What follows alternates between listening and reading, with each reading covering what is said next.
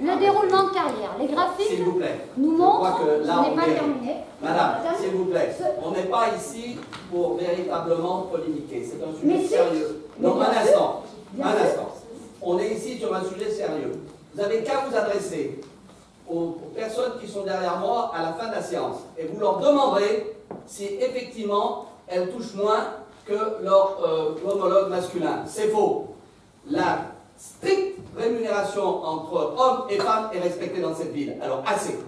Je ne peux pas entendre ça. C'est archi faux. Et que ça soit pour les C, les D, etc., les rémunérations sont strictement versées, calculées sur un strict pied d'égalité. C'est tout. Et alors, ce que vous dites, mais parce que vous comprenez mal, effectivement, ce rapport, une fois de plus, et donc, ce que je peux vous dire, ce que vous dites est archi faux. Non. Si, et je vais donc conclure. Non, madame, il y a effectivement un certain nombre. Vous avez qu'à vous diriger pour ce qui est tout. Nous avons plusieurs chefs de service femmes qui touchent strictement à grade égal, à fonction égale, ce que toucherait un homme. Et c'est vrai de partout, dans toute la nomenclature. Point barre. Il faut arrêter, je dirais, de se moquer de cette façon et surtout diffuser des choses archi fausses. Je vous remercie. Je n'ai pas terminé. Mais pour moi, c'est terminé. Parce que je ne peux pas entendre des carrière. Madame, c'est pas la peine d'insister. Il est insisté, on remarque un accès globalement homogène en matière de promotion des genres entre les hommes et les femmes. Madame Bax, arrêtez de se mais je vous fais remarquer qu'il y a 63% de femmes, on vous donnera tous les renseignements. 2 fois plus de chances pour un homme que pour une femme de progresser. La formation. 400 journées de formation pour 415 femmes, soit moins d'une journée par femme. 400 journées de formation pour les hommes, pour 250 hommes, soit 1,6 journées pour les hommes. Allez, ça suffit. S'il vous plaît, ça suffit. Nous prenons acte de ce rapport. Si vous avez des demandes complémentaires, on vous les fournira. Et je ne peux pas laisser dire des choses aussi fausses que vous les dites. Vous avez tort, faites les mais arrêtez ce que vous dites est archi faux, je le sais. Et prenez le texte de loi, il manque toute une partie. Je vais vous citer ce qui manque: promotion de la parité, mixité. S'agissant des promotions, des sélections, des concours, des examens, nous sommes dans une organisation confiée au Centre interdépartemental de gestion. Ceux qui siègent, ceux qui décident, ceux qui attribuent, prennent leurs décisions par rapport aux aptitudes reconnues, par rapport aux copies fournies, par rapport aux prestations. Non seulement en tant qu'adjoint, mais également en tant que formateur et examinateur, j'ai participé à ces commissions.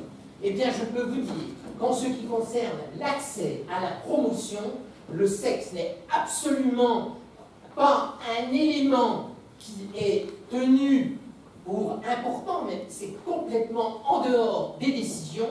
Seule la valeur compte. Et moi, j'estime que actuellement, par rapport à cette organisation, c'est vraiment mettre en jeu, en doute, tous ceux qui prennent des décisions, alors que ces décisions sont exclusivement fondées, s'agissant de la promotion, sur la compétence. Voilà. Alors maintenant, on passe au point 5. Monsieur Bouvier, vous avez la parole. Madame Barre, ça suffit.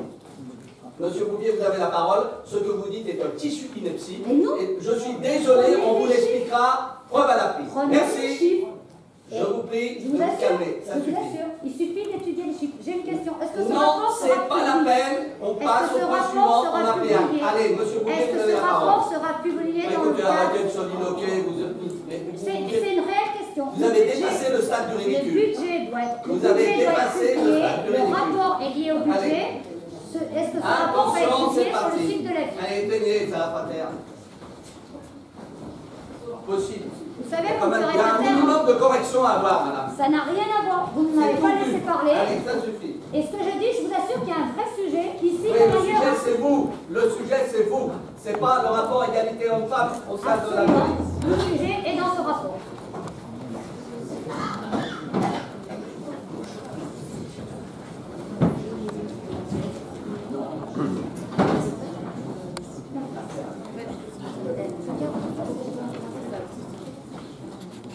Allez, monsieur Bouvier, entamez. Bien, nous allons donc parler aujourd'hui du budget primitif, donc dans la suite du rapport d'orientation budgétaire qui s'était conclu conclu, voici 2 mois. Donc d'abord souligner l'importance du travail fourni, donc essentiellement par M. Laurent. Et je dois noter qu'en commission des finances, nos oppositions ont reconnu la qualité de ce travail et je les en remercie. Aujourd'hui, ce PowerPoint sera assez différent des années passées pour innover quelque peu. Merci à Mme Laetitia Auchan de notre nouvelle DGA et également à M. Laurent. Et nous appuierons davantage donc, cette présentation sur un certain nombre de focus. Focus pour commencer sur un niveau donc, national avec les mesures de la loi de finances de 2018. Donc, qui va arriver, voilà. Donc, nous avons le gel du point d'indice dans la fonction publique. La réforme de la taxe d'habitation, qui, comme vous le savez, impliquera une suppression pour 80% des ménages français, à Maison Lafitte environ 35 à 40%. Or, certes, il y aura une compensation ensuite par l'État pour ces taxes d'habitation, mais figée à 2017, ce qui veut donc dire qu'il y aura une perte d'autonomie pour une recette fiscale qui représente un quart de notre budget. C'est une perte considérable d'autonomie fiscale. La stagnation des dotations d'État, donc ça vous le savez, mais il est toujours bon de rappeler quand même qu'entre 2011 et 2018, leur montant a été divisé par 2. Également l'encadrement des dépenses des collectivités importantes. Alors vous me direz, on n'est pas concerné directement par cette mesure, mais je pense que c'est extrêmement important puisque 322 collectivités locales le seront. Et dès lors qu'elles ont cette dimension de 60 millions d'euros de dépenses de fonctionnement, dans à peu près la moitié, il y a des dépenses de fonctionnement qui seront plafonnées à 1,2%. Alors certes, on nous dira qu'il est possible d'établir pour ces collectivités des contrats de performance financière à mettre au point avec les préfets, entre 0,75 et 1,65%. Certes, c'est sans doute pour ça que le Conseil constitutionnel a validé les choses en janvier dernier. Mais enfin, tout de même, à nouveau, un pouvoir du préfet. Donc on peut remarquer par rapport à la décentralisation et tout le mouvement qui s'était produit, un mouvement inverse maintenant, avec un renforcement profond de la déconcentration et des pouvoirs de préfet qui vont dépendre le plus souvent des rapports que chaque collectivité pourra établir avec un préfet. Ça me semble une évolution quand même assez inquiétante, et surtout dans le cadre d'une perte d'autonomie, où les collectivités locales sont dans le cercle d'une surveillance constante et également d'une méfiance permanente devant les élus. Et c'est d'autant pire que l'État ne s'applique pas à lui-même les obligations qu'il impose aux autres. Et ça pose également, à mon avis, un problème sérieux par rapport à l'esprit de la démocratie qui doit être au plus proche des citoyens. Je pense qu'on peut faire confiance aux citoyens pour juger. Il est normal qu'une sanction soit par les électeurs envers leurs élus et passe par les mises sous tutelle de l'État. Et cet équilibre des institutions démocratiques me semble actuellement mis en péril. C'est un point important que je voulais simplement souligner en préalable. Au niveau maintenant de notre budget 2018, les éléments importants, et celui-là n'est pas mince, pas de hausse de fiscalité. Également la poursuite des efforts de rationalisation tout en conservant la qualité des services proposés aux Mansoniens. Conserver un autofinancement important pour réaliser les équipements qui sont attendus. Et donc, on va reparler de ces différents points. Ici, vous avez la structure du budget primitif 2018. Alors, je tiens à dire que vous l'aurez pour les élus, vous les avez dans vos documents. Et également, ce sera bien sûr sur le site. Donc, vous pouvez noter évidemment l'importance des charges de personnel, ce qui est normal dans le cadre d'une mairie. En général, les collectivités locales sont souvent les premiers employeurs de leur commune. Également important, les intérêts de la dette, puisque nous sommes une des rares communes où je pense que ce poste est aussi faible. Un autofinancement assez important et donc subvention d'équipement, c'est au parc, on en parlera tout à l'heure. Donc en recette, les 28 millions. Et donc vous voyez l'ensemble des éléments qu'on va revoir ensuite, donc au niveau des points suivants. Donc en dépit de la progression faciale, effectivement, les charges de fonctionnement sont contenues. Ainsi que vous le voyez, c'est en fait l'effet de la dépénalisation du stationnement. Alors on vous l'a dit, plus 152 000 euros. Il faut voir aussi qu'il y a des recettes en face, évidemment. Les travaux d'enfouissement de réseau de 310 000 euros, c'est à prix d'une achafoche. La gestion temporaire de l'immeuble d'habitation de 54 rue du Tir, nous allons en reparler tout de suite. Voilà un tableau qui permet effectivement de résumer. Comme vous le savez, le 54 rue du Tir, c'était un bail amphithéotique de la propriété SA et résidence qui nous est retombé vers la mairie en fin d'année. Et donc, on a signé une promesse avec l'immobilière du Moulin Vert qui va nous racheter l'ensemble au 30 juin. Dans cet intervalle, il faut évidemment que l'immeuble soit géré. Le plus simple était que l'immobilier du Moulin Vert le fasse déjà. Les 34 176 € en haut à gauche sont ainsi à cet effet, avec en fait 8% des loyers, ce qui est tout à fait classique, et c'est souvent même plutôt 10. Avec donc l'ensemble des points, la taxe foncière, donc, qui tombe en partie, les assurances aussi, et bien évidemment, les revenus sont supérieurs. Voilà. Donc, on acquittera en outre l'indemnisation à la SA et résidence, donc le propriétaire précédent est pré-souscrit pour les travaux de rénovation d'immeuble, les 474 000 €, ce qui est tout à fait normal, habituel, et la cession de créances par la SA et résidence des loyers antérieurs non versés, il y a 26 120 €.